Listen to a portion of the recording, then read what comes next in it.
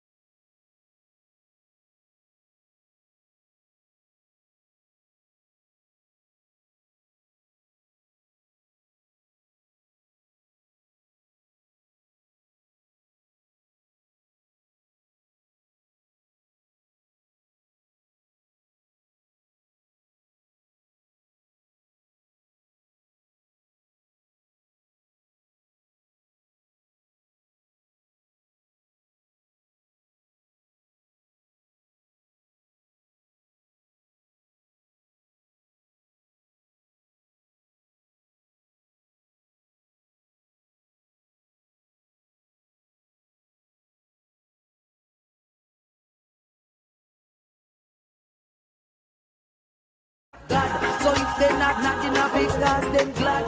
But if it change, I must see man, them man. Somebody tell me what is happening.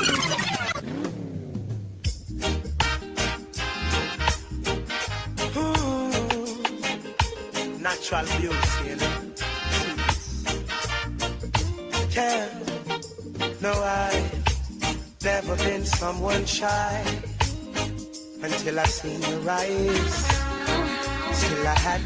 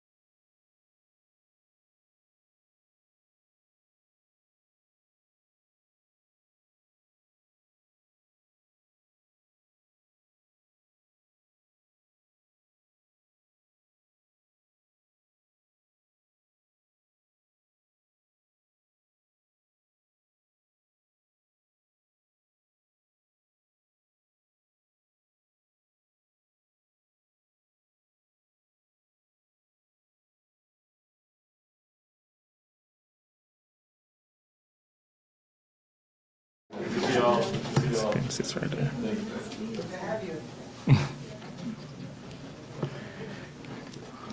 All right, let's remain standing, and I'll immediately invite our honorary consul from Philadelphia, Mr. Christopher Chaplin, to say the prayer. Thank you, Christopher. If we may keep standing and bow our heads, we come to you, Father, with prayers on our lips, love in our hearts, seeking blessings on our leaders and our fellow Jamaicans. We pray that you bless our Prime Minister so that he may continue to lead us in wisdom and discernment. We pray that you bless our Minister of Foreign Affairs and Foreign Trade so that she may continue to provide the wise counsel and leadership in our country's global relationships. We pray that you bless our Consul General so that she may continue to be a guiding light and continue to stir response to duty's call. Please bless the staff of our consulate here in New York as they continue to represent our country well. Bless Jamaicans in the diaspora and at home as we pledge our support, love, and commitment to our beautiful country. These things we pray, and may God's children say, Amen. Amen. All right, and remain standing for the playing of the national anthem of Jamaica.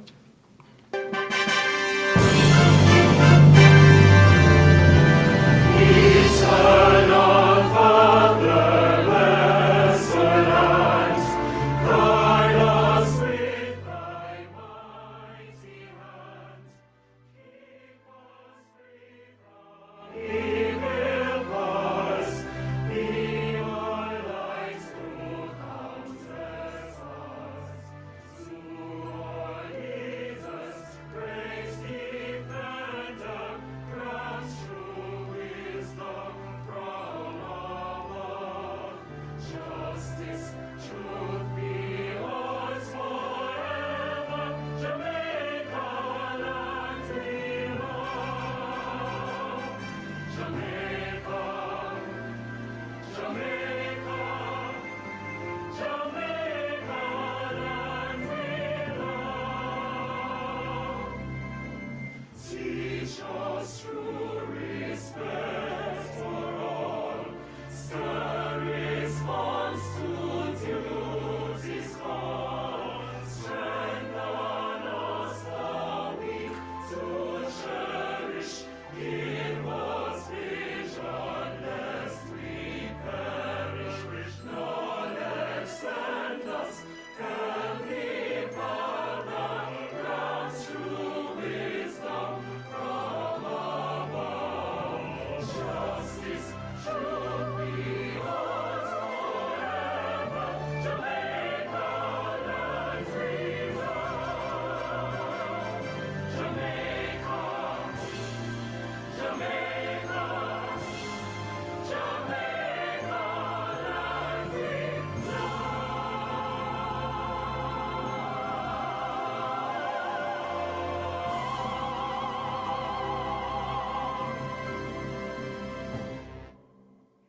You may be seated.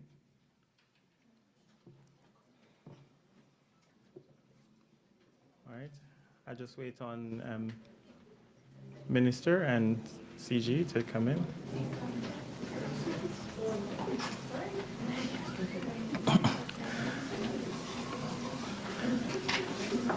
All right. Welcome to the Consulate General of Jamaica here in New York for an evening which we have dubbed Diaspora Conversations.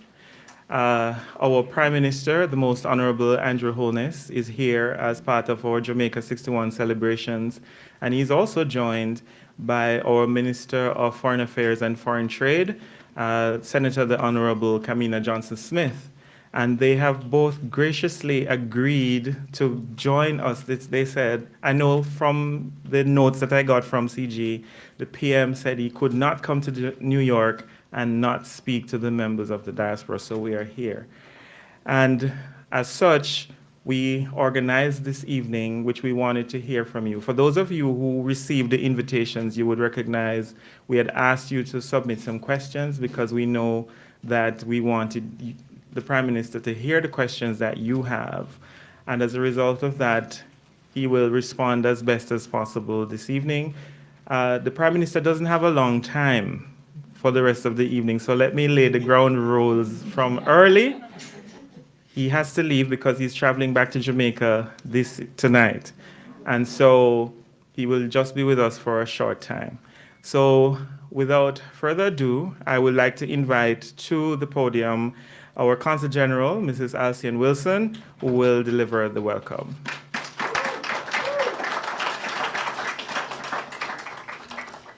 Thank you. Thank you, Christopher, our Master of Ceremonies, for this evening. And I am pleased to first acknowledge our Prime Minister, the Most Honorable Andrew Holness, as well as,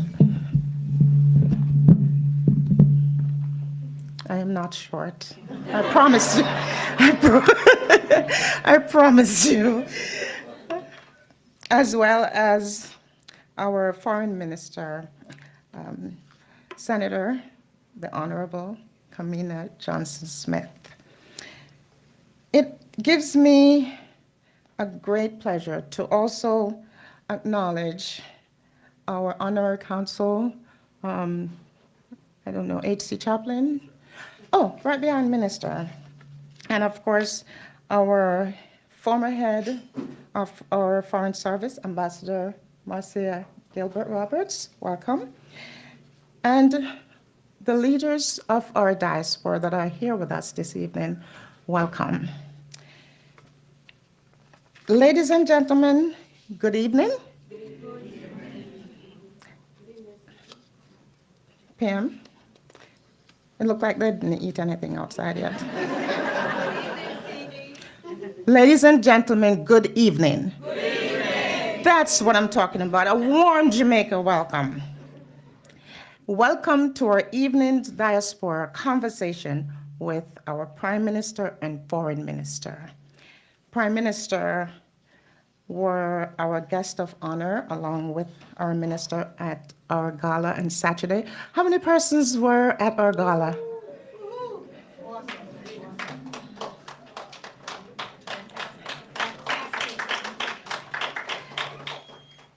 If you made the mistake, Minister, of missing our gala on Saturday, well, shame on you. We had a fantastic event, and yes, we did, and thank you so much for turning out and supporting us. This visit has been a very important one. It has provided our Prime Minister and Minister with the opportunity to engage in other significant initiatives, including an investment forum that was held yesterday, as a matter of fact, as well as meeting with our executives today at Hartford Healthcare to further cement our partnerships with Hartford. Our delegation also had the opportunity to engage with the Jamaican diaspora today in Connecticut. What a wonderful time to be a Jamaican. I don't know about you, but I can tell you that I am one proud Jamaican.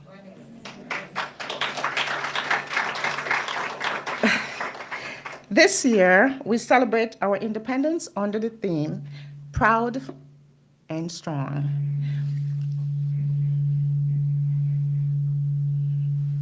Is it me?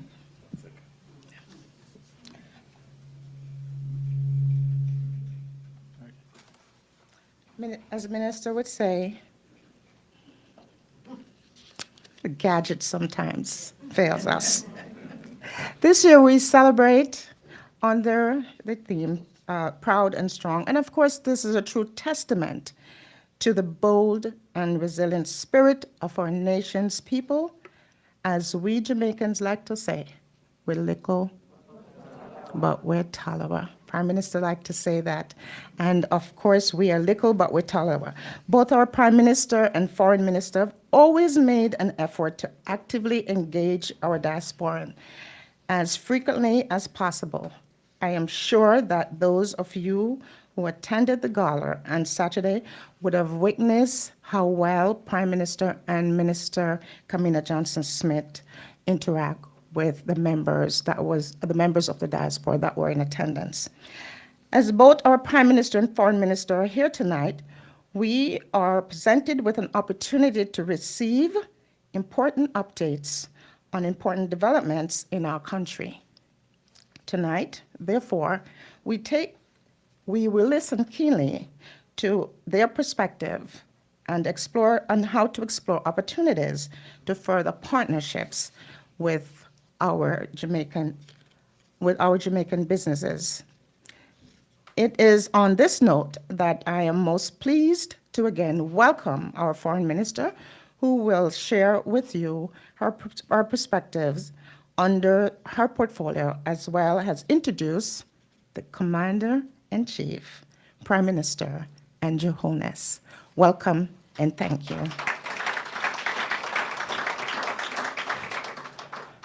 Please allow me also to acknowledge our ambassador to the permanent mission, Ambassador Brian Wallace. Ambassador, welcome.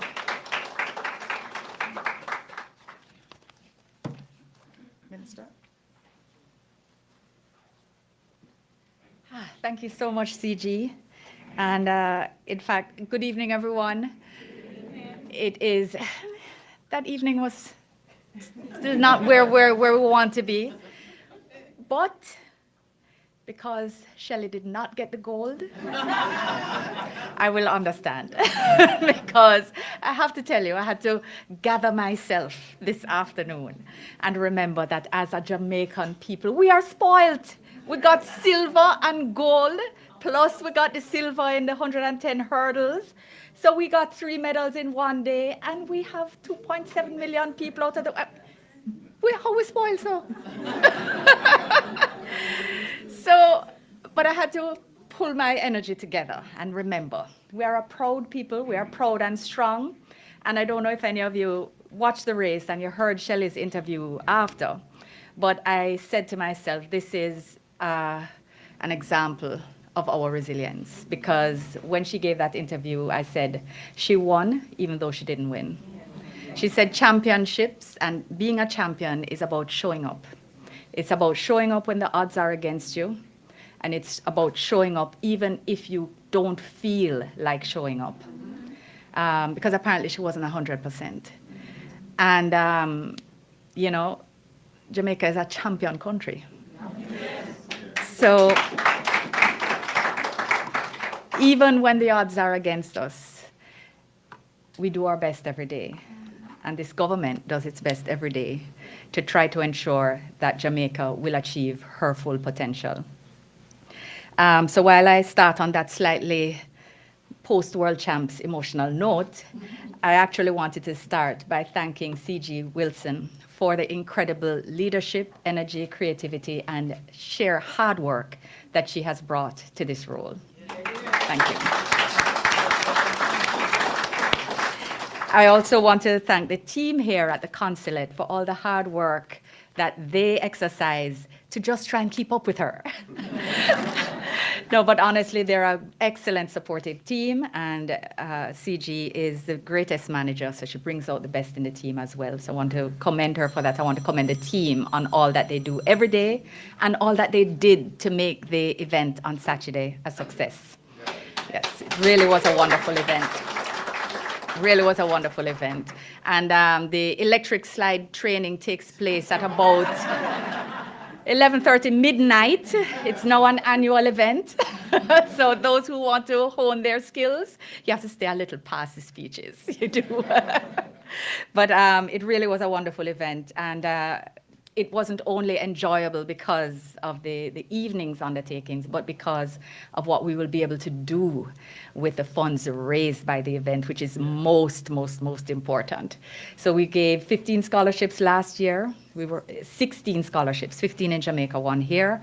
And we were also able to purchase medical equipment, and we were able to help our burn victim to get the surgery that she needed within the 24-hour window. That was really the key thing, that she had a 24-hour window, and CG was on the ball as always in ensuring that we were able to do that. Keeping people at the heart of foreign affairs and ensuring that the diaspora remains one of the strongest and most foundational principles of our foreign policy is something that's near and dear.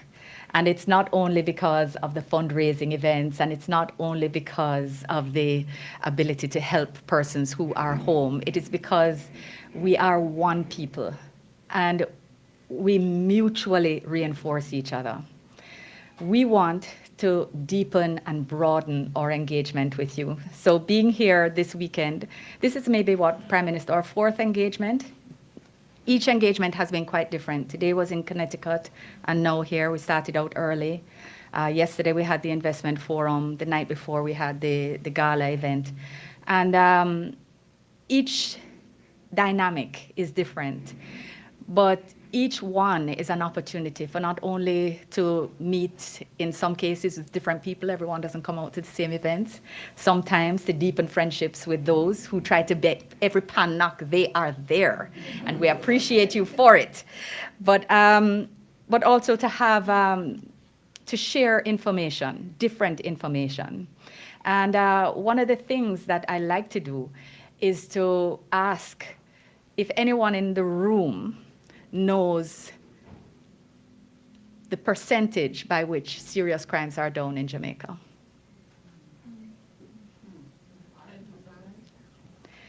Do you know? That is actually the correct figure for rape. Rape is down 22%. Yeah, you are well informed, ma'am. You are well informed. You are well informed. Overall, I think we are down all serious crimes on average. It is, I think you're right, it's 22%. You are right, it's down from 24. Go you, yeah, absolutely. And I want to remind you that when we took office, Prime Minister, I don't know if you remember, in that first year when we were speaking about the possibility, if we could get crime down by even 5%, by even 5%, what an achievement that would be, because everything was moving in the wrong direction. And we're now down by double digits across the piece. Still challenges, a lot of challenges. But the investment that has been made in national security or architecture, meaning maritime control, investment in the mobility of the force, investment in technology, investment in training and building out training facilities to give us a sustainable capacity to train more. All of that has been happening over the past 7 years and is paying rewards. But it's not without challenges, not without challenges. These criminals are not normal. But to put it simply, to put it inelegantly, they are not. But we feel we're up for the task because we have a particularly strong visionary and strategic leader who has been able to engender the trust of our defense forces. He has built out an Office of National Security, a National Security Council, which did not exist before, and a mechanism that allows our heads of security agencies to consult, to brief, and to continue to be held to account in moving us forward in this regard. And I speak a little bit about this because it is one of the areas which stand as one of the biggest constraints to us achieving our full potential. And I know it's one of the things that you care about when you're thinking about if you're ready to move home yet. And I know you're thinking about it because when I tell you that we have cut stamp duty, we have cut transfer tax, we have taken out minimum business tax, we have changed all of the costs that deal with land transactions so that it is now reasonable and feasible to deal with the family land that you thought, maybe I'm not ready to deal with that yet. Now is the time to deal with it.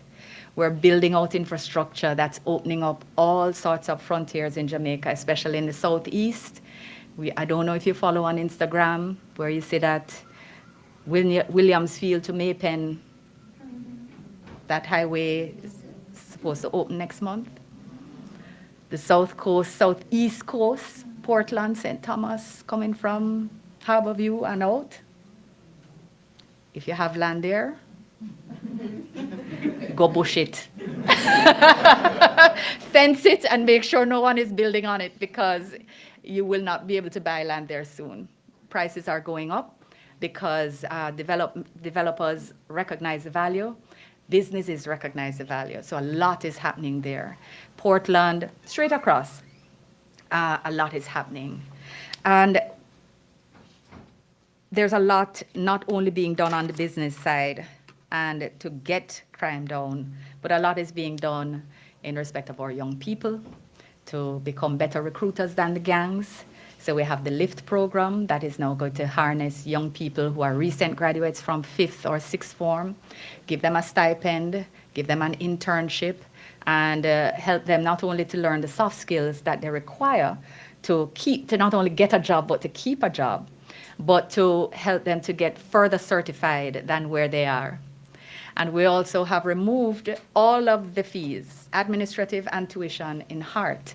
So we're encouraging the young people who said they can't afford it. There's no barrier now. Get your certification. And you can also get certified based on experience, so that you are a carpenter for 30 years, but you don't have any subjects, but you want to be able to ply your trade in a way that earns you more. Heart will certify you based on that. They have now developed tests. And there's a minister of skills and digital transformation that is dealing with the whole of Heart and the digital aspects to make sure that our young people will not only be financially literate, but digitally literate, and our not so young, because remember, everybody not young. Yeah, everybody not young, right? I like to meet people who say that they're not retired, they are tired. They are now on to the next phase. They are now on to the next phase. And their digital literacy is important as well, because what we want is an inclusive society, one that has everyone being able to be their best Jamaican self. And so this is a society that we want you to come home to, whether it is as an investor, whether it is as a tourist. Yes, a Yardie tourist. Whether it is that you want to simply come and spend some time, or to give back in the way that many of you do. We're doing a lot in education, we're doing a lot in crime, we're doing a lot in health. I know that there's been some controversial videos on social media that seek to portray the administration as uncaring, because there was a situation where social cases, that is persons who were left at the hospital and not picked up by their families, and had been taken off of sick beds to make place for sick people, that their families, even where they had taken them, some had brought them back. So there was a particular moment in time when there was overflow, videos were made, and it was being portrayed that this is now a system-wide issue. But we've been adding beds to hospitals, and more importantly, building out our infirmaries so that social cases that are not hospital cases can be moved into care homes. We've been dealing with homelessness. There was a new night shelter just opened in Ocho Rios. We have one in Kingston. There's another. They're being built out across the piece, St. Mary, and I believe there's expansion in St. James. We're trying to ensure that all aspects of society are being dealt with to create, again, that whole of society strengthening and resilience that we all want as a country.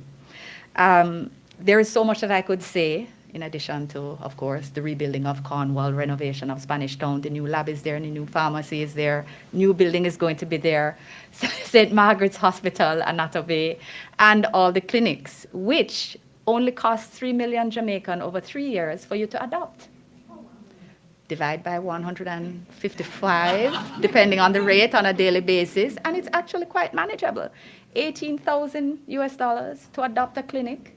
There's a list of 100 that are still not adopted, 45 are, and you can have a hand in changing primary care in a community, maybe one where you have family still. Or if you don't and you just love us and you want to just do something. And when I say us, I mean Jamaica. That's something to be done as well. So there's a lot happening. We're trying to create systems and processes where these kinds of things can be done in a way that is transparent, it's predictable, there's accountability, you don't have to worry about things going awry, money being in the wrong place. Systems and processes are what we deal with because the sustainability of our programs must stand. And this is a hallmark of the administration. And as I say the word administration, it is my honor and privilege to introduce the leader of this administration, the most honorable Prime Minister, Andrew Michael Holness, our 9th Prime Minister, visionary leader, transformational leader, who is going to spend some time with us and answer some questions this evening. But he's going to roll the pitch first. Prime Minister, the floor is yours.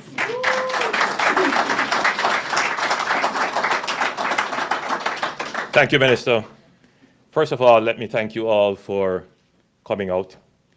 I don't take it for granted that your presence here is a very important signal and a symbol of how much you love your country. And I don't take it for granted that some of you may have traveled some distance to be with us.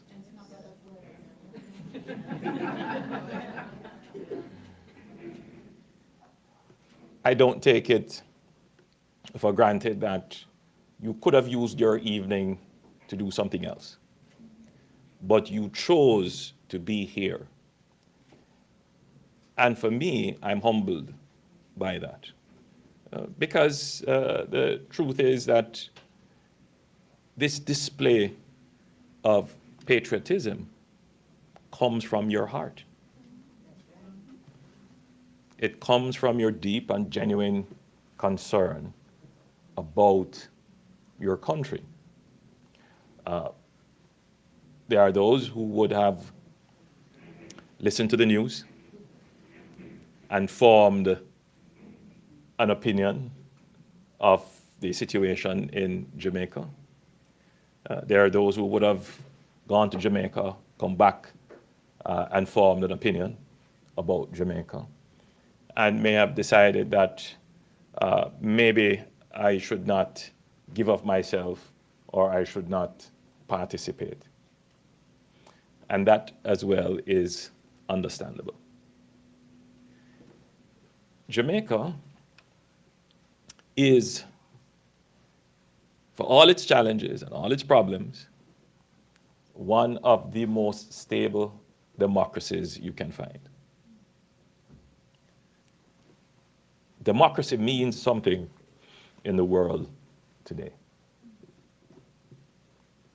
There are many countries in which democracy is being challenged. But as we celebrate during this period our independence and our emancipation, one of the things that we can hold dear is that Jamaica has built some very strong institutions that define its democracy. So Jamaica is actually a very free country and a very liberal democracy.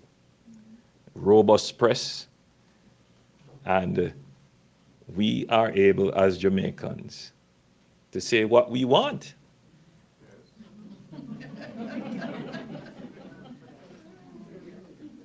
If it's one thing that we have is an opinion.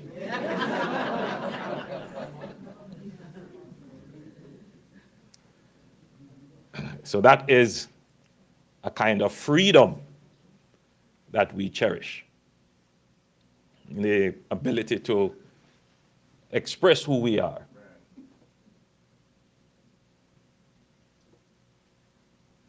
And that freedom has led to a tremendous creativity.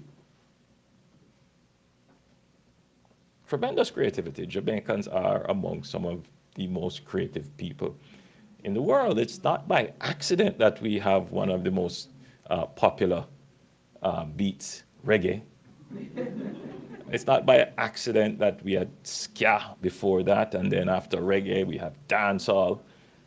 You know, this is the 50th year of hip hop. Possibly hip hop, the biggest element of pop culture globally right now. A multi-billion-dollar industry. And acknowledged as one of the founding fathers, originators, is Kool Herc, a Jamaican who migrated. It's not by accident. Our history is one where we cherish our freedom. And P.J. Patterson, when he was Prime Minister, returned the celebration of Emancipation Day into our independence celebration. When we became independent, we focused on our Independence Day celebration, and then we reintegrated Emancipation Day. Two important streams of the Jamaican character. This business of being free, which is what emancipation is about, the end of slavery, and us being free people, though we were not sovereign, and then becoming independent, meaning having our sovereignty.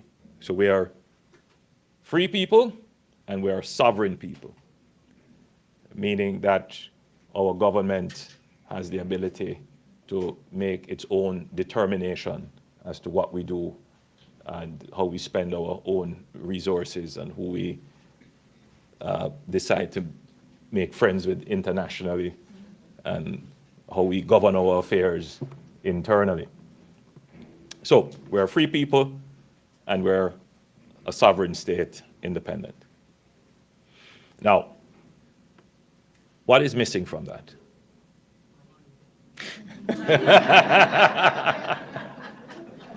and that has been expressed so many times in our culture.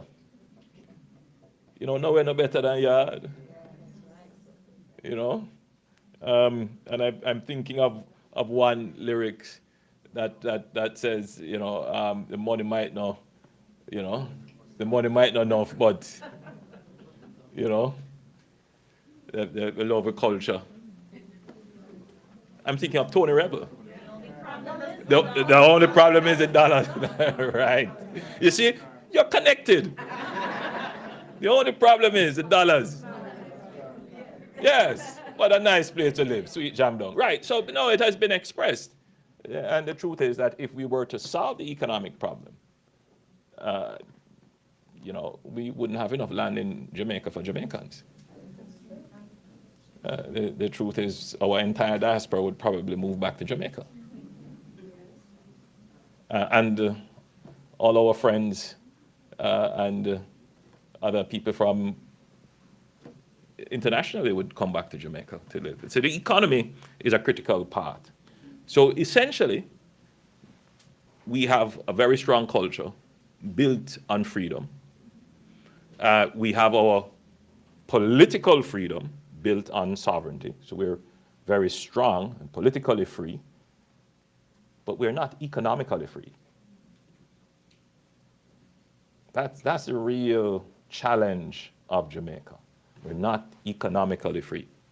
So we, you know, Norman Manley said we now have our political independence.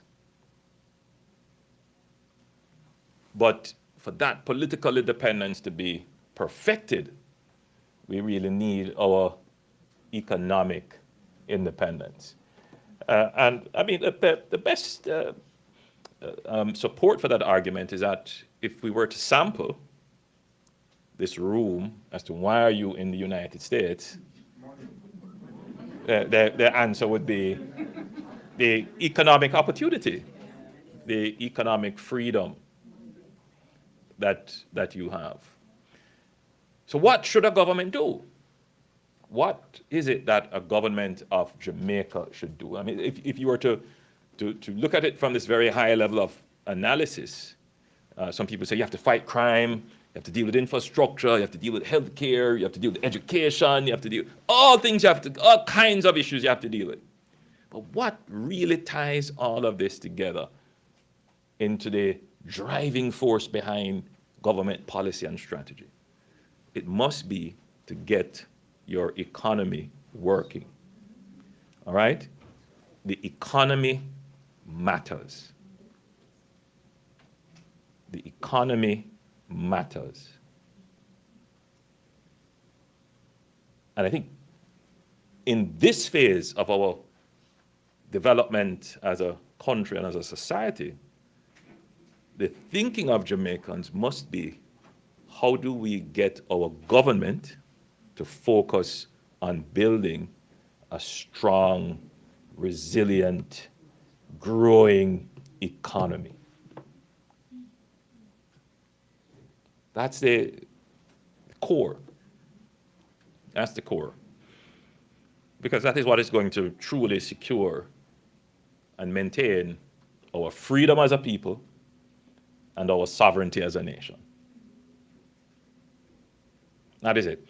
And for me, as a post-independence prime minister, and why do I say that, and what's the difference between a pre-independence and a post-independence person? The pre-independence person, and you know what, let me not go down that route, because I might get into a rabbit hole of criticism. But there is a thinking which would have been, we need to secure our political freedom, our political independence, sometimes even at the expense of our economy.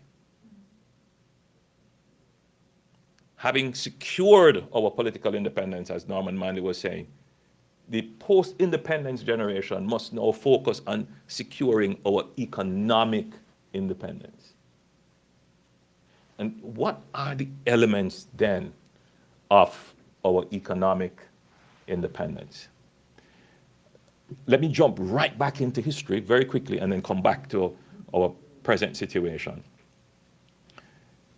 The history, the economic history of Jamaica is built upon the exploitation of natural resources, particularly agriculture and the exploitation of sugar using enslaved labor.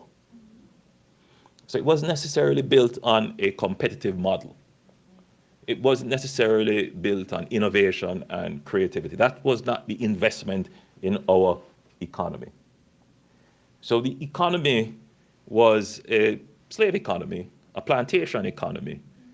It was never built for competitiveness and innovation. And it had full employment by force.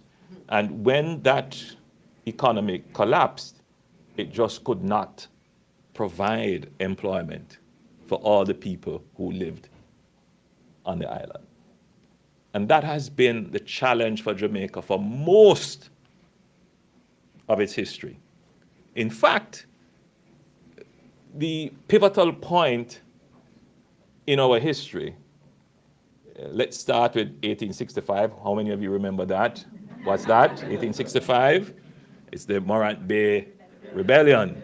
It's because the living standards, the injustice in the society, the unemployment for the newly freed, enslaved persons was so high, the conditions were so difficult, it sparked a rebellion, which was brutally put down. It's a massacre. Almost 400 persons were killed to subdue that rebellion. And then let's move forward to 1938. What happened then? Again, the economy just was not creating enough quality jobs, enough high-paying jobs, and working conditions were poor. Poverty was very high. And that gave rise to labor movement, which then gave rise to a political movement, which then ended up in our independence. And then right around that period, in the 1950s and 60s, our economy seemed to be doing very well. We started with the development of the bauxite industry and tourism, and we saw the economy expanding and pulling people in. But still, there were social conditions, social justice issues, which had to be addressed.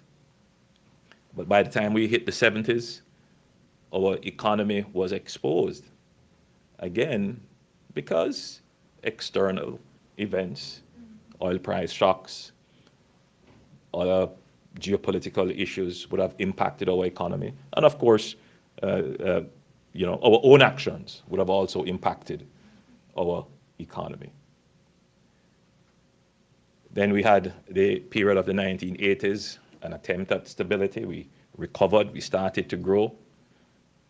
Then we recognized that our economy was just not fit for purpose. We had an engagement with the IMF, and some of you may remember this term, structural reform, structural adjustment, where we had to try and reconfigure our economy to make it more productive, make it more efficient, so that we could survive. And that had its own challenges. In 2000s, we again went through a period of deregulation, and then we had FinSac. But all throughout, we have had fairly high levels of unemployment.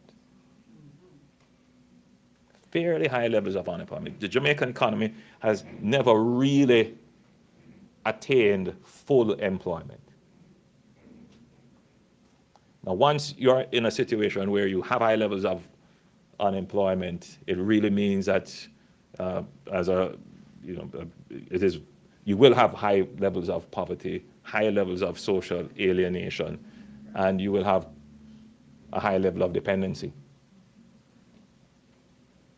And indeed, a high level of informality as well. So let's fast forward from our history to today.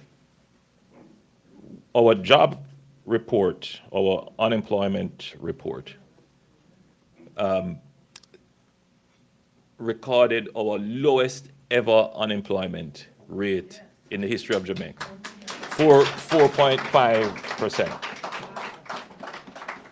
I'm trying to place it in context for you, and if anyone is watching back home as well. So there is a sense that why are we celebrating 4.5%? And there's still a lot of people out there who are looking for jobs and can't find jobs. There's still a lot of unemployed people. There's still a lot of underemployed people in Jamaica. It's still a lot of poverty. In fact, the report is that after the pandemic, poverty rates increased. But I want you to stop for a minute and reflect on coming from 1865, 1938 to today. This is the first time we are reporting this very low unemployment figures. Remember, 10 years ago, our unemployment rate was something like 13, almost 15, between 13 and 15%. Think about that. And for the last 5 years, we're seeing numbers coming down as low as 7, then 6, and now we're at 4.5. Now we still know a little bit, yeah. So the economy is starting to show some signs that it can begin to provide economic freedom. I'm going to explain a little bit more about economic freedom. Now, the unemployment rate in the United States, the last figures I saw, it was about 3.5%.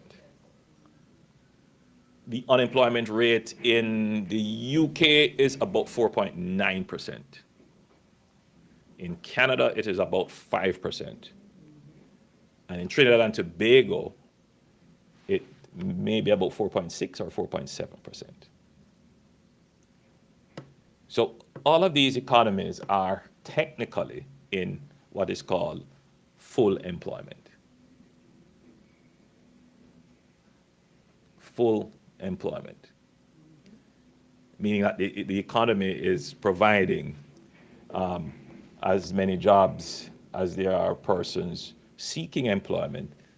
Of course, you will always have a certain residue of persons who will not be employed, either because of structural unemployment, meaning that the jobs that are available does not match the skills that are available, so people have to be kind of retraining.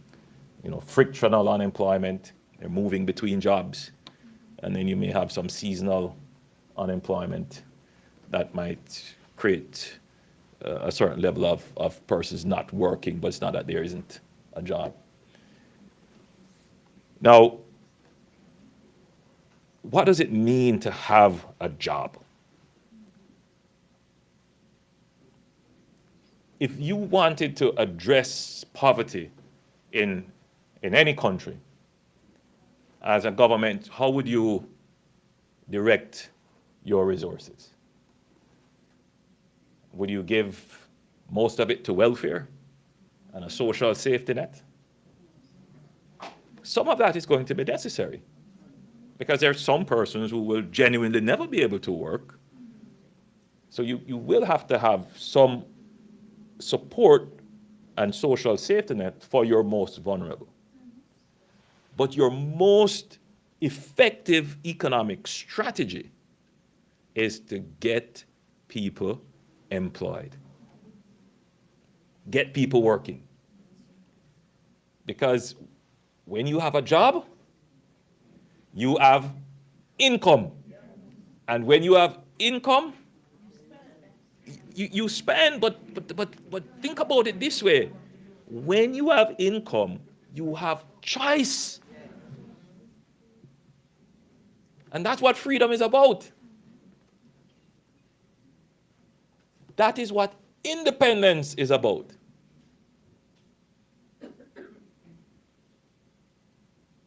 You have choice.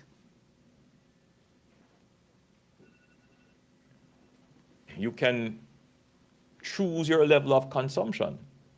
You can choose to save. You can choose to invest in a home or buy a car. Your choice to develop yourself has expanded, and that's what economic opportunity is. You want to expand your choice. That is what we mean when we say your economic independence. So the strategy of the government, from day one, we established the Ministry of Economic Growth and Job Creation, of which, by the way, I am the minister. I don't take a lot of credit for this thing, but yes, I'm the Minister of Economic Growth and Job Creation, supported by two very hard-working ministers, Minister Mati Samuda, who deals with the water portfolio, who is always out there trying to get water turned on in remote parts of Jamaica and dealing with our creaking water infrastructure, and Minister Everard Warmington, who deals with the works portfolio, helps me with the management of the construction of roadworks and other civil works that the government undertakes. So the policy of the government in dealing with poverty and increasing our economic independence is to create employment. Now, let's be clear. We celebrate it, but we're not saying we have arrived. We have a long way to go, because we have to improve the quality of jobs that we now have. But before you can get to high-level paying jobs, you sometimes have to start off with jobs that may not be so high paying. But once you get people working, then you have a parallel strategy of supporting skills. You want to upskill your labor force. And that is why we have now appointed a minister with responsibility for skills, because we're going to go hard now at trying to upskill our labor force. And that's why we have removed all the tuition fees from HEART. So if you are interested in gaining a skill, one that HEART certifies and teaches, you can go to that institution and get a skill and get that skill certified. And that's the strategy now. So we want to be on this growth path, and that growth path we have already started. This is our 9th consecutive quarter of growth. Not big growth, 2%, 3%. We've been going along, but growth, which we weren't having before, and increasing in jobs. And we're going to support that by increasing skills. And at the same time, we're going to keep supporting the economy by investing heavily in infrastructure. But before I talk about infrastructure, I wanted you to just pay a little attention while I speak about some fundamental changes that have happened in how we manage the economy. So, almost a decade ago, we were teetering on the brink of a financial collapse of the country.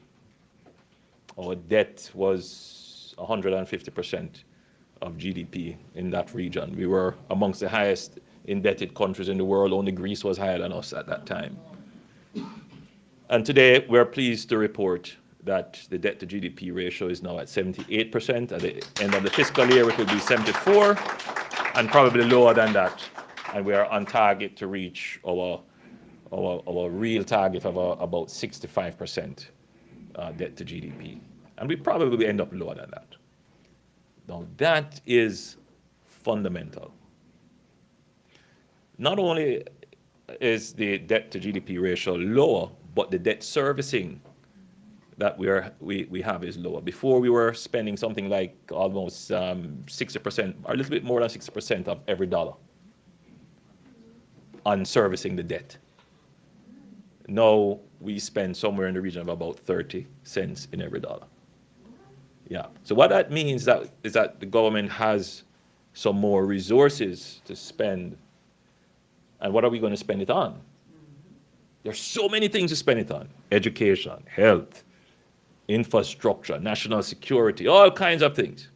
So when you go back to Jamaica, or when you listen to the conversation about everything that is going wrong, stop for a moment, go on your internet, and Google the problem, but put in 2010. Google the problem, same problem, say crime, and say crime, in Jamaica, 2013. Okay, crime in Jamaica, 2002. What would have changed? It's the same problem. If you put in bad roads, you can go from now to 2005 to 1999.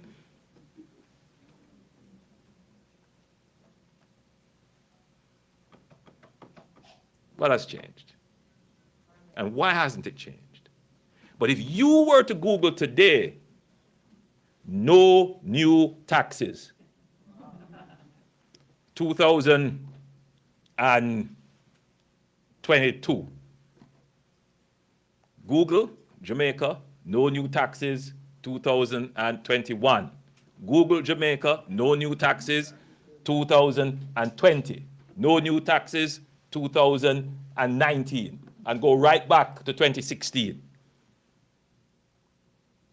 That's the only period of time that you have had economic stability from fiscal policy. But if you go before that, you will see that problem existed.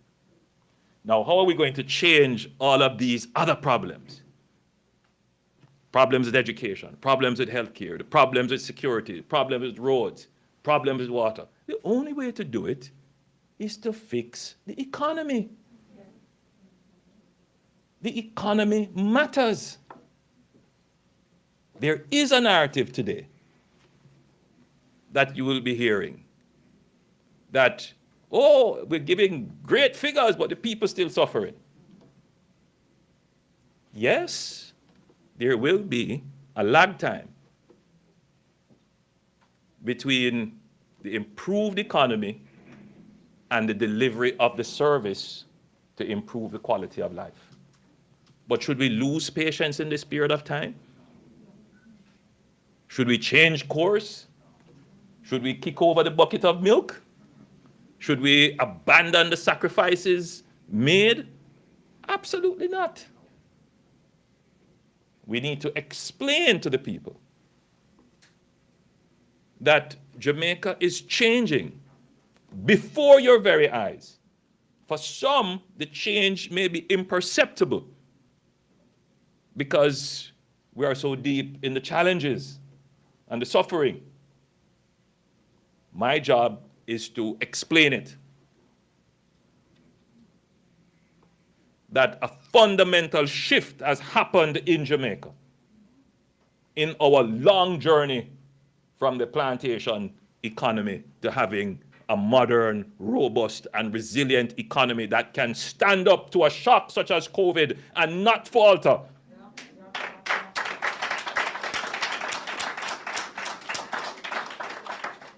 When other shocks have hit us in the past, it took us decades to recover. It took us 10 years to recover from the 2009 financial meltdown. We are still recovering from FinSac. We still have debt carrying from hurricanes that have hit us.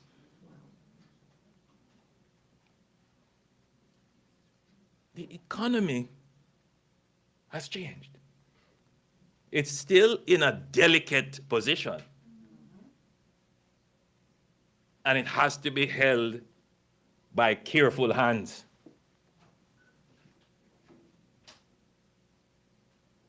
So, yes, there's the narrative that you will all hear, you'll read it every day in the paper. The same narrative, you go back 10 years, the same thing. But what is different is the narrative about the economy.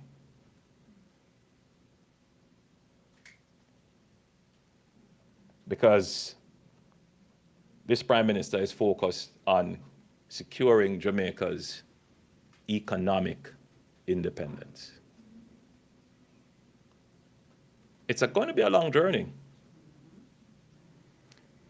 When we ran up deficits and we borrowed at high interest rates and we have to pay back 60% out of every dollar, which leaves nothing for investment, roads that were built in the 60s and 70s were not maintained for decades. So there will be potholes and they will fall apart. The Cornwall Regional Hospital, that was a gift from the Canadians to us in the 60s, early 60s, has rarely, I doubt it has ever been renovated since it was built.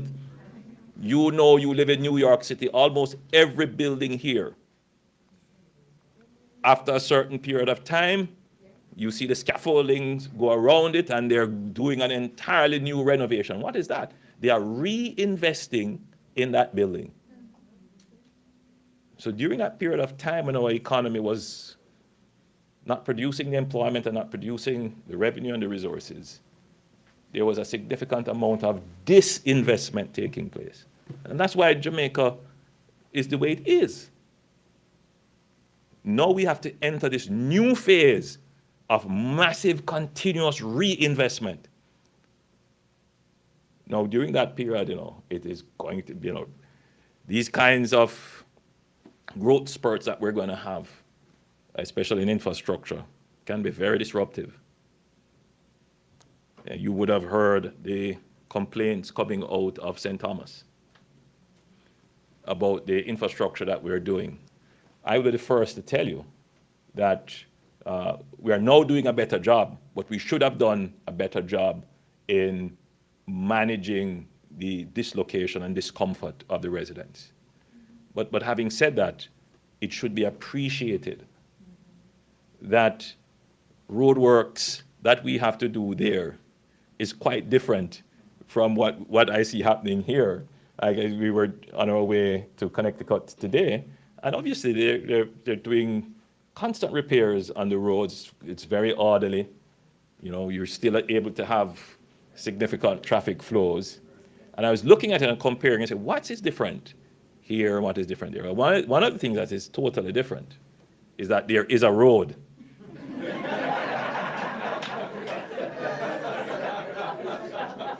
That even if you're going to repair it,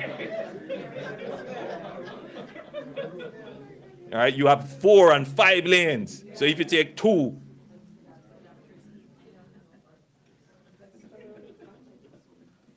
So there are differences, right? But the expectations are the same, and the government has a duty to fulfill as best as it can the expectations that people have of having a comfortable ride on their road, even if they're repairing it. But bear in mind that the parish of St. Thomas has literally been neglected and punished since 1865.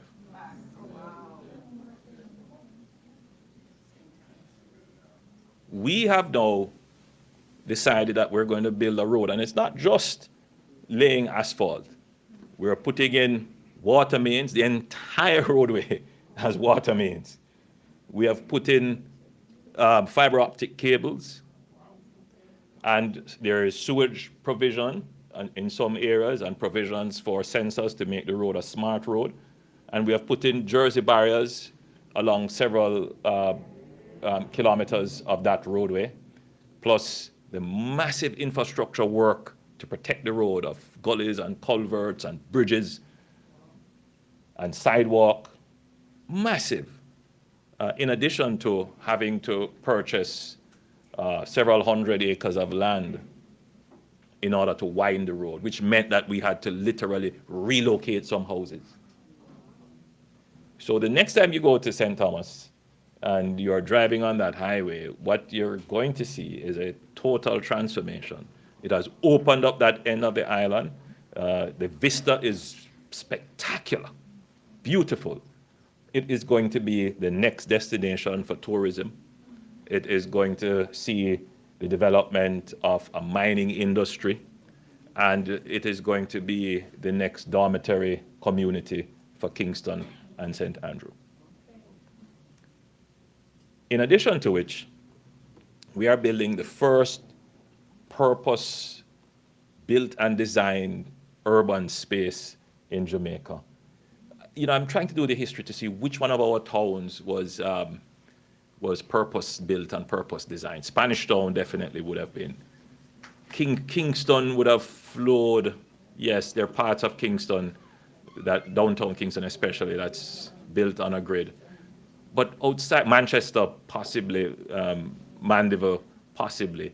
But the rest of our towns just evolved and planned over time. Now the Morant Bay Urban Center is a purpose-built facility. Small, 25 acres, but over time, the strategy is that the urbanization which will come from that magnet will be properly planned, and so we'll have a proper town that will incorporate the historic Morant Bay.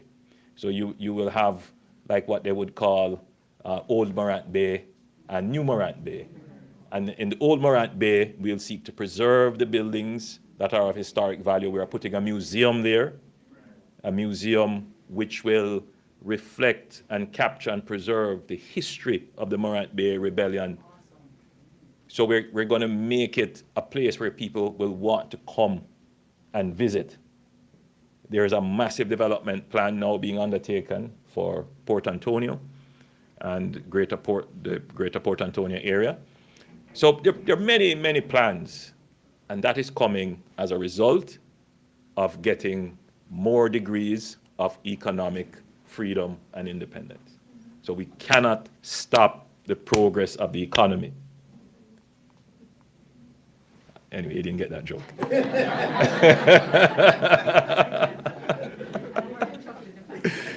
All right, so I think I've given you, I hope I've been able to communicate to you what is the strategy of the government and to give you a context that you can use to analyze the narratives that you hear coming out of Jamaica and to understand from a higher level what is the strategy of the government. And you can judge for yourself, is the strategy working? So I'm open to 2 questions.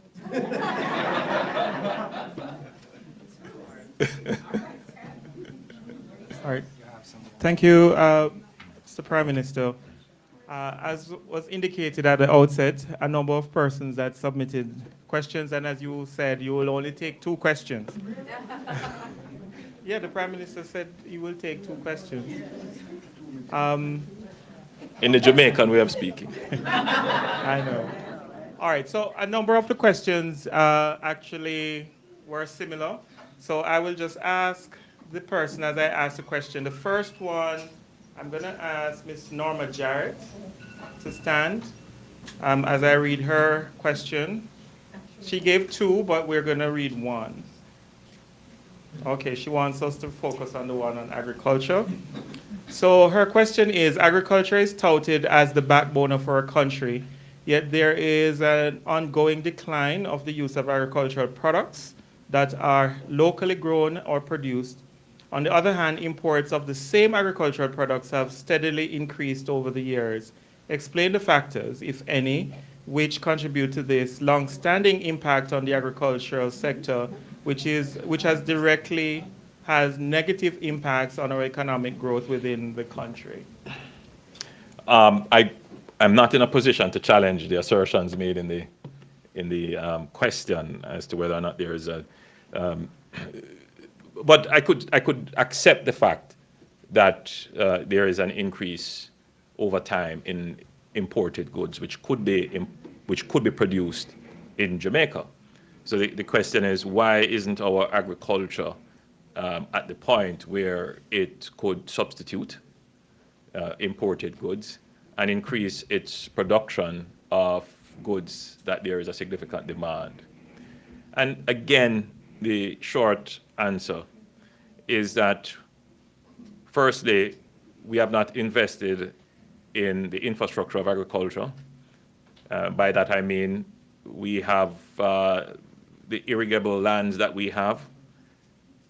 I'm not recalling the immediate statistics, but we moved the irrigable lands from something like 12% in 1 year. We now have 15% of our lands irrigable, meaning that in order for us to increase agricultural production, it's not just land. We have to put consistent water on the land. Now, only 15% of our arable land is irrigated presently. And we have managed to, in the last couple of years, add 3% more irrigated land through two major projects. One of them is the Essex Valley, and some of you may know Essex Valley. That is, Minister help me, that is St. Elizabeth. And then there's another one, the Pedro Plains. And it's actually three projects. So we've started to make more investments in irrigating lands. Now, just that one move alone is going to increase our agricultural output. All right, the second move is to bring investment, capital, and entrepreneurial management to agriculture. So for too long, we've just looked at our agriculture as artisanal, and we haven't seen agriculture as a business. So we have put in place now the Agriculture Investment Corporation. In fact, our JAMPRO rep, Mr. Scully, is now the head of that entity, and I know he's working very hard overseas to bring investors into it. So what we have done, the government has made available several thousand acres of land that persons who are interested in industrial agriculture can partner with the Agricultural Investment Corporation in what they call the agricultural special economic zones and develop businesses within that. So those two measures, I think, will see significant impact on the output overall in agriculture. One, bringing water to the land, and bringing management and investment to the land. So yes, I would agree with your overall thesis that we should be producing more and importing less. The step towards that, I've given you two critical steps towards that. Thank you, Honorable Prime Minister. And I need to put a plug for my organization, the Old Farmers Association North America, Inc. We built a plant tissue culture lab at Case. We are yet to see that operational, so we're waiting and waiting to see it operational, because that's going to be provided clean seedlings for our farmers and seedlings that are I wasn't aware of that.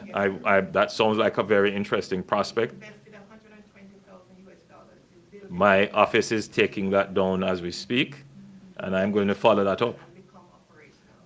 And we have invited our Minister of Agriculture is coming in December to our fundraiser. His father went to college with us at JC. I'm a Spanish town girl Oh. in Catherine High School. Oh, well, there you go. And JC, so we're investing in our agriculture sector. Yeah, that kind of investment is what I like to hear. That will increase capacity. Thank you. But how long ago was that investment made? 2019. And it has not yet been operational. Was it an investment in the equipment, or you invested in the building? And the equipment. Building and Some of the equipment. equipment and, work stoppage and all that went into cost overrun. So we are now anticipating the opening, because that's going to be a game changer for our. No, you see, things like these, that is what changes the outlook and the capacity. Yes, that's an amazing, and I congratulate you on that. All right. Thank you, Prime Minister. Okay, Ms. Hope Wade. Oh, Wanted to add something. Sure. Other essentials on agriculture. And just to indicate that the agricultural ministry has started a new program or new framework to channel. Sorry, thank you. To channel the strategies for the expansion of agriculture. And it's called the new face of agriculture. So food security, agribusiness, climate smart technologies, and export expansion. And there are essentially major investments that are taking place under each.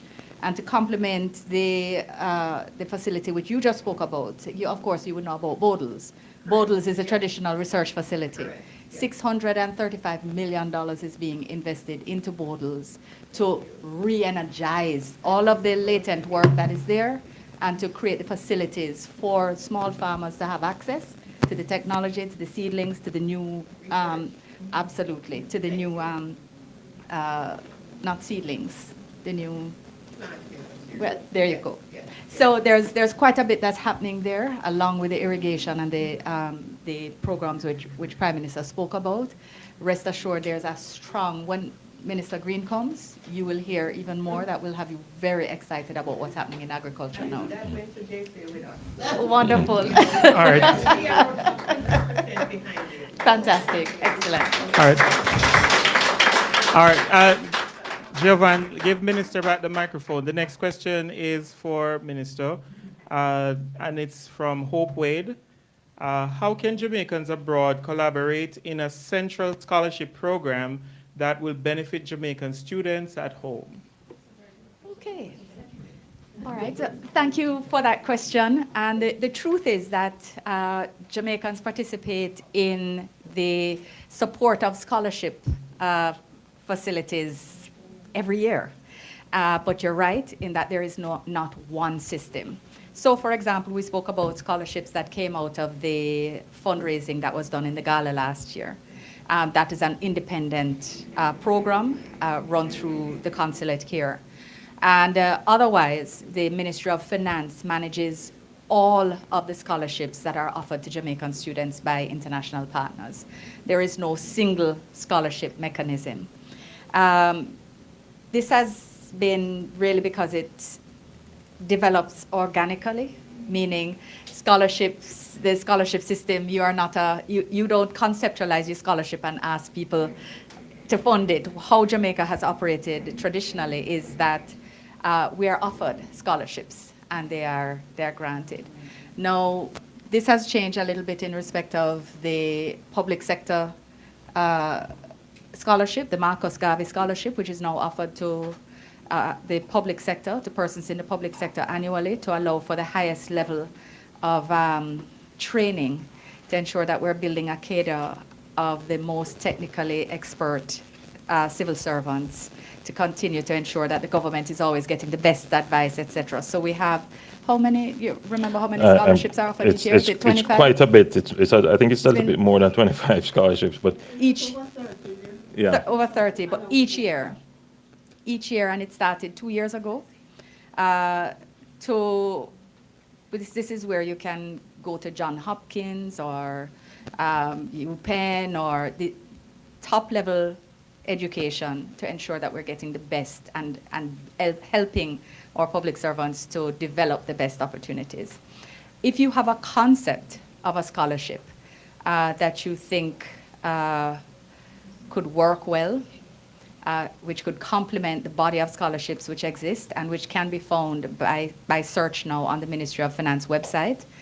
So this is not always recognized. People assume that it's education that's managing scholarships, but it's actually finance Ministry of that Finance. manages them. And so please feel free to make a proposal so that we can look at it and assess where it sits in the pantheon of scholarships that are offered. But Minister, when we use the term scholarship, so they are the high-level scholarships, Yes. which send children to, or students to universities to possibly undertake graduate studies and so forth. But they're, when we say scholarships too, we also mean school fee support. So that can be done through the Ministry of Education, Okay. right? Through the Two institutions there, Ministry of Education and Ministry of Finance. Right. So the Ministry of Finance deals with those scholarships that are offered by governments. So, for example, the government of the United Kingdom, of Cuba, of so forth, they may channel their scholarships through the Ministry of Finance, especially if those scholarships are for public sector personnel. But not all of them. It's not all of the scholarships are for public sector personnel. No. But the Ministry of Finance manages them because usually some payments do come to the government of Jamaica. Now, it doesn't mean that if you wanted to set up a scholarship and you wanted to have the government of Jamaica help in its management, we have established the Jamaica Education Trust, the National Education Trust. And that is designed just for that, to support the diaspora and Jamaicans who want to give to the education system, but ensure that it is properly managed and directed and aligned with policy. So you have two options. I think going with the National Education Trust would be the easier one to deal with because they're literally structured to treat with what you're proposing. And they do a great job too. Yeah. Was established by Prime Minister when he was Minister of Education. Yeah. All right, thank you, Minister. All right, so the next question is for Prime Minister, Ms. Normadel Rose. What would you tell someone who wants to go back to Jamaica but is concerned about the healthcare system and the high crime rates?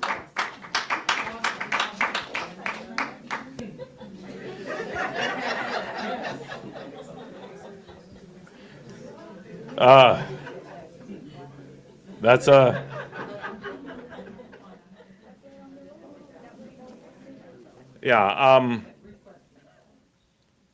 let's start with the healthcare system. I didn't go into the details as to what we're doing to improve the capacity of our healthcare system. There are challenges, no doubt, about Jamaica's healthcare system. There are challenges that we must acknowledge with the time to service, waiting time.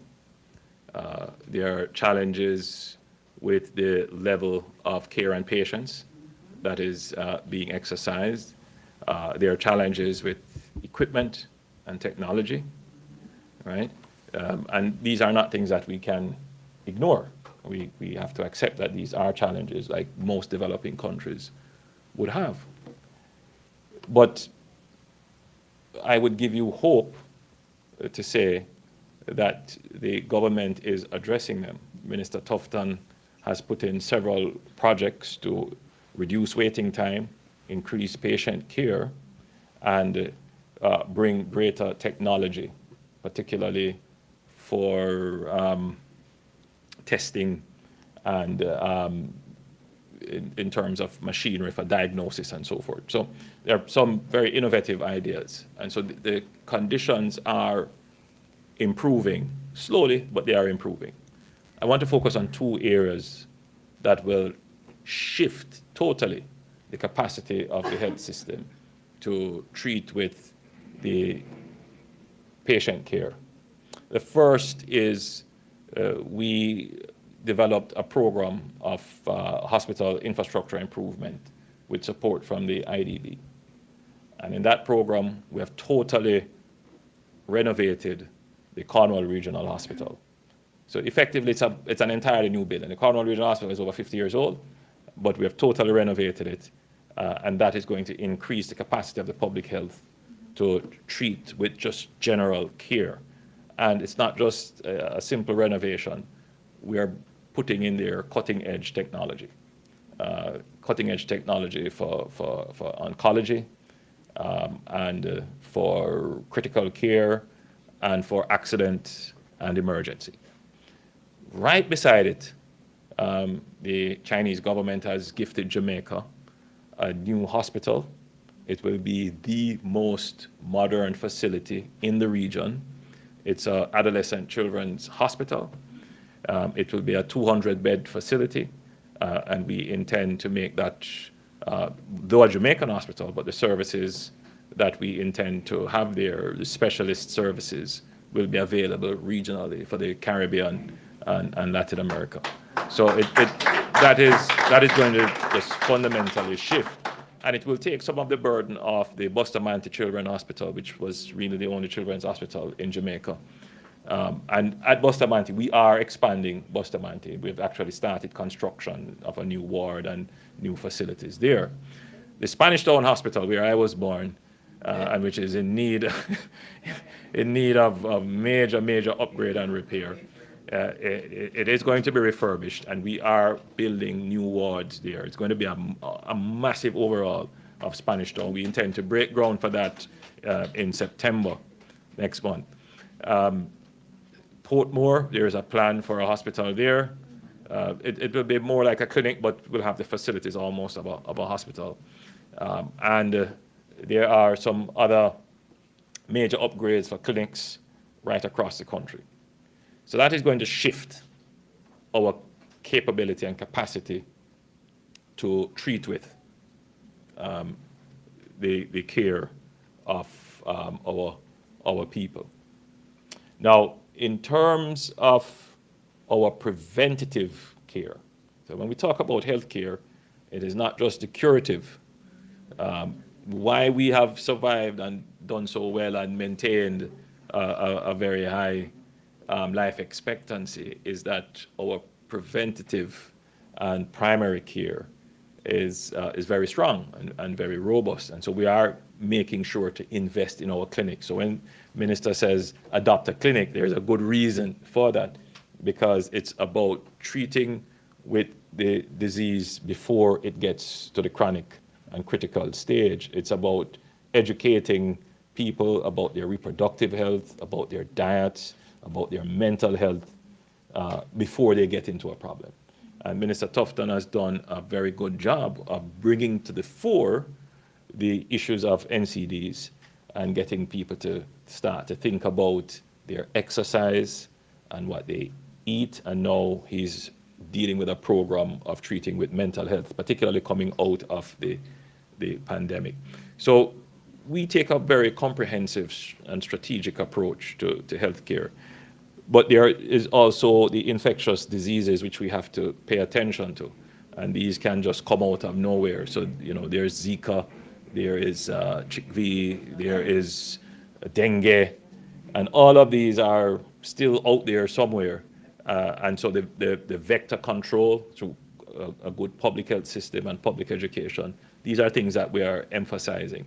So my short answer to you is, our healthcare here obviously is no comparison to first world healthcare. The level of resources that is putting it, we certainly won't have that. But we still produce some of the best doctors in the world. We have some of the best nurses and technical people. And our strategy is to educate you up front so that you can take charge of your own health. And we must and are developing the capacity to intervene should there be a critical case. Well, I have to follow the...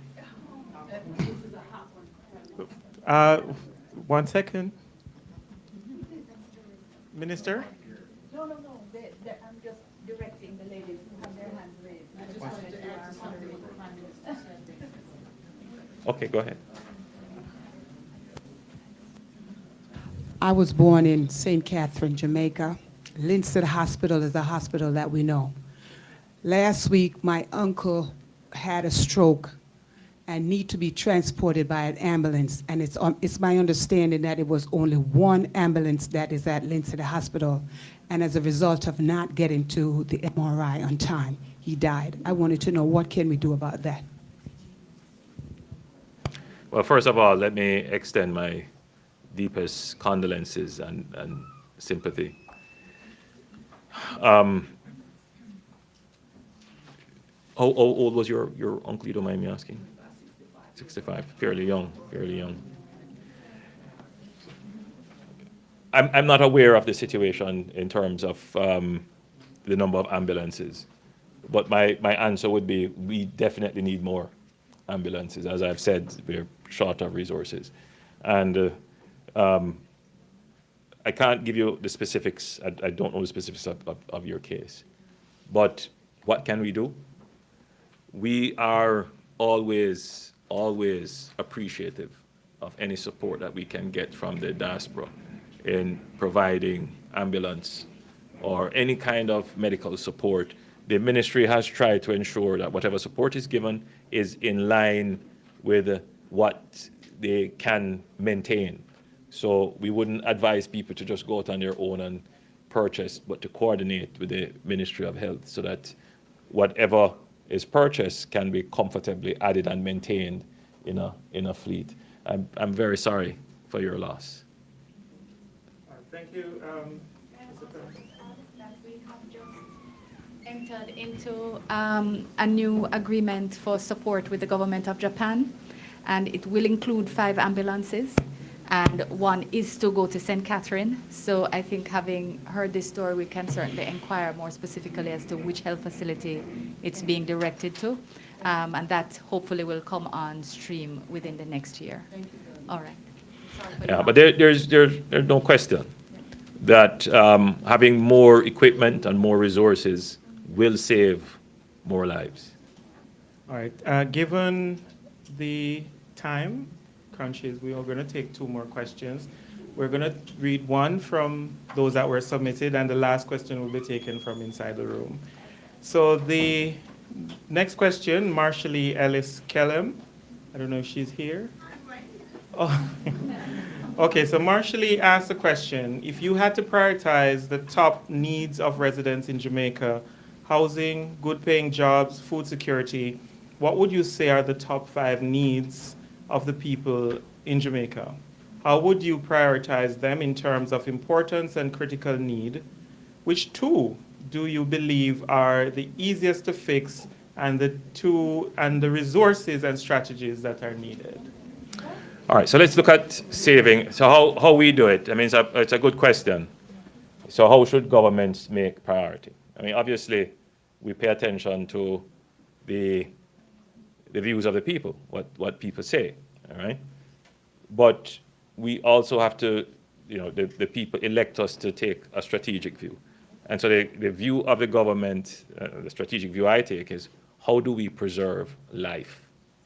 That's strategy number 1, to preserve life. So clearly, national security is one of the areas that government has to focus on. And national security is not necessarily considered as an important thing in the public domain, but crime is. And crime is because of the prevalence of fatal violence in the society.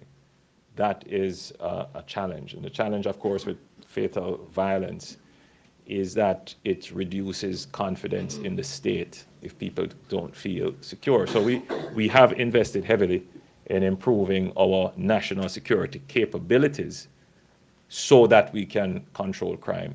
It is not like flipping a switch. It is going to take time to empower the security forces, both legislatively and in terms of training and resources to treat with some of the criminal gangs that use organized violence to take lives. So that's a priority of the government. The second priority, but this is not in order, second thing I'm mentioning is obviously healthcare, which is what I've mentioned. And so we can avoid difficult situations, tragic situations that was just mentioned here. And that's why we're making these major investments from the economic dividends into our healthcare so we can save lives. And then education. And, the quality of life that people have is not all the material goods that they consume. The quality of life is also how empowered they are with information so that they can take charge of their own lives and make right life choices. And so the education system has to be improved to create pro-social, pro-growth Jamaicans.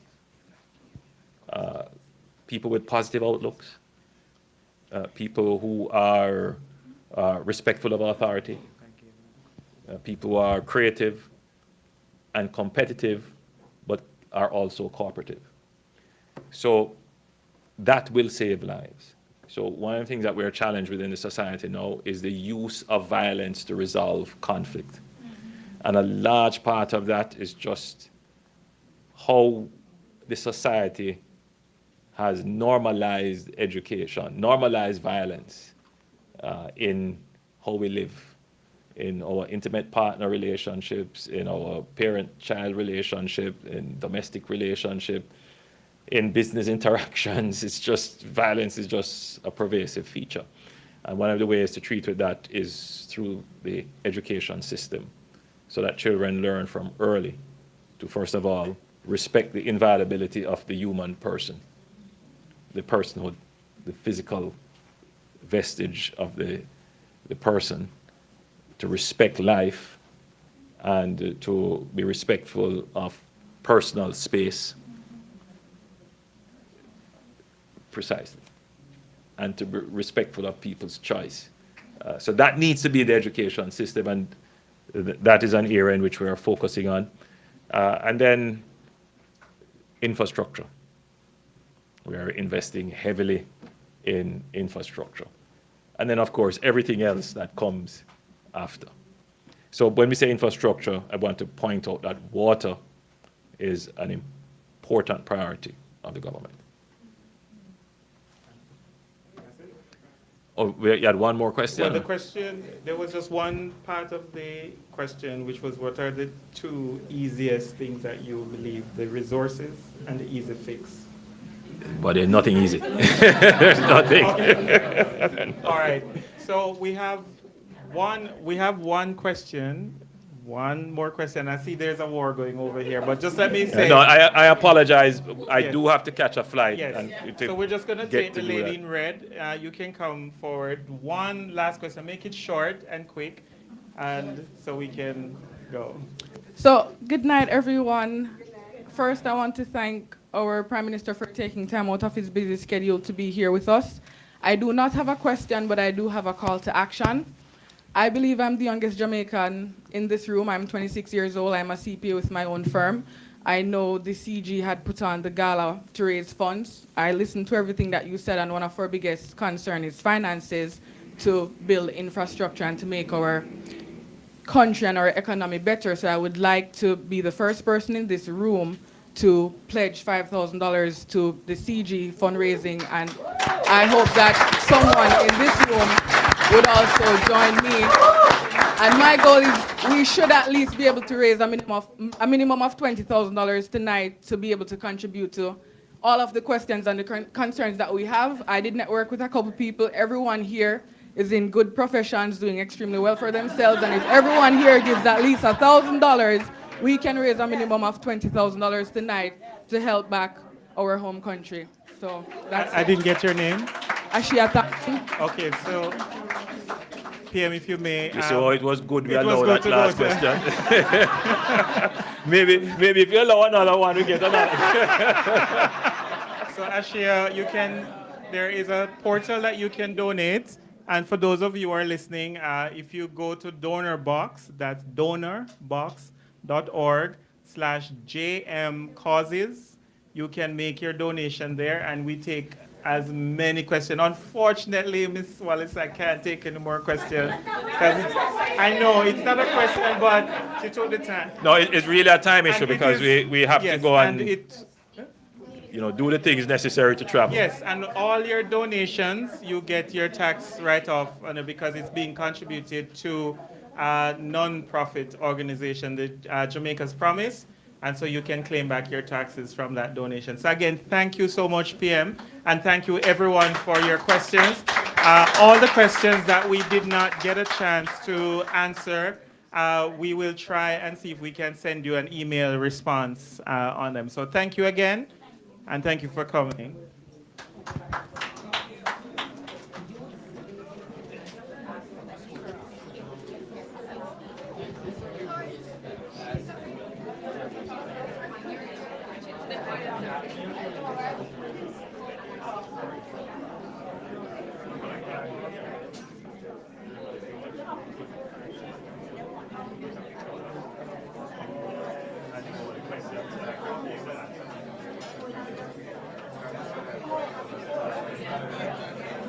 I want it.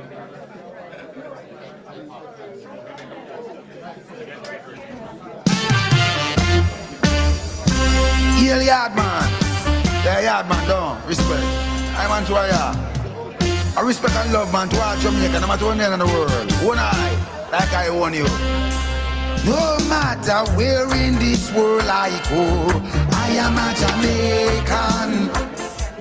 No birth papers I have to show, cause I am a Jamaican. No matter where in this world I go, I am a Jamaican.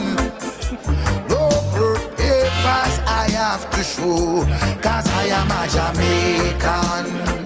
I have Jamaican walk, them here Jamaican talk, cause I am a Jamaican. Them here Jamaican chat, them say Jamaican bop, cause I am a Jamaican. Now everywhere in this world I go, I am a Jamaican. And no ID I will have to show, cause I am a Jamaican. Them say, Lord, what a boy can run, that is a Jamaican. When them see the Rasta man from Jamdong, that is a Jamaican. Dressmaker, baker, tailor, shoemaker, market, woman in a donkey cart. Rivers and streams, fountains and mountains, in a Jamaica we have it all. Now anywhere in the world I go, I am a Jamaican.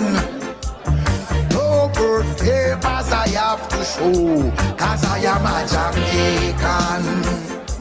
When you hear that music I play out a door, it must be Jamaican. When you smell the food I cook when the breeze blow, got to be Jamaican.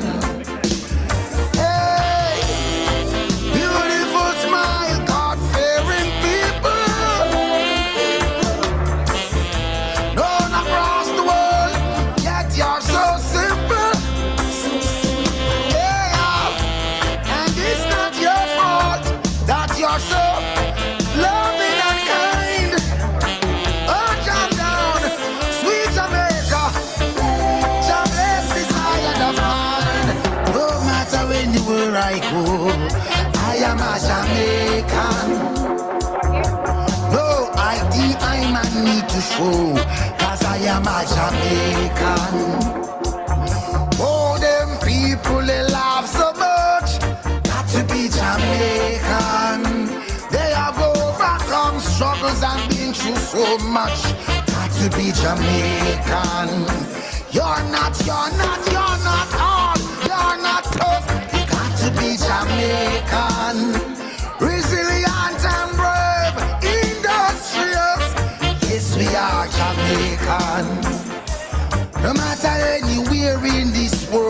go.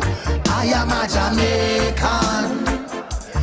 No ID, I man have to show. I am a Jamaican. Them say, Lord, what a boy can run. Must be a Jamaican. When they make the reggae music from Jam Jam, got to be Jamaican. Dressmaker, baker, tailor, shoemaker, market, woman in a donkey cart. Rivers and streams, fountains and mountains. Jamaica, nice nuts.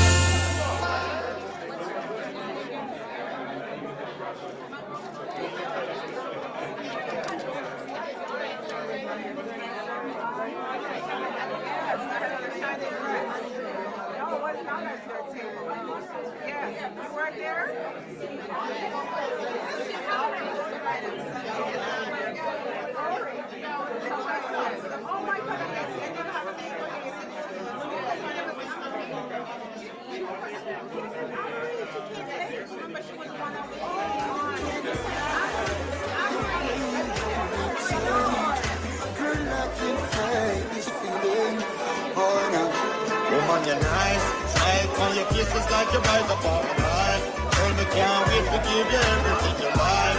Hope you from the day you grace my sight. I guarantee that you'll be satisfied. Don't be afraid to break the rules. Contemplate some things so till the little man to cool. Thank the lucky star, I can't believe I found the jewel. And them all that's what you want to do. So make them know say that me have the tool. The way you make me feel from deep down in my soul, I'm losing all control. Girl, I can't fight this feeling. It feels so right. Champagne and candlelight. The way you hold me tight. Girl, I can't fight this feeling. Oh, no. Woman, you bring the niceness, priceless. Girl, you have the place. Post it, and forget. Yes, I love the chase, you know, say. No bugger man can't come call your name. All where you're gonna, you me claim. Woman, your body tight, hotter. Woman, you really blessed. All light, proper. What about the rest? You are my darling empress. That's why, girl, I come the best. Passion, passion, dancing, you smile, you back.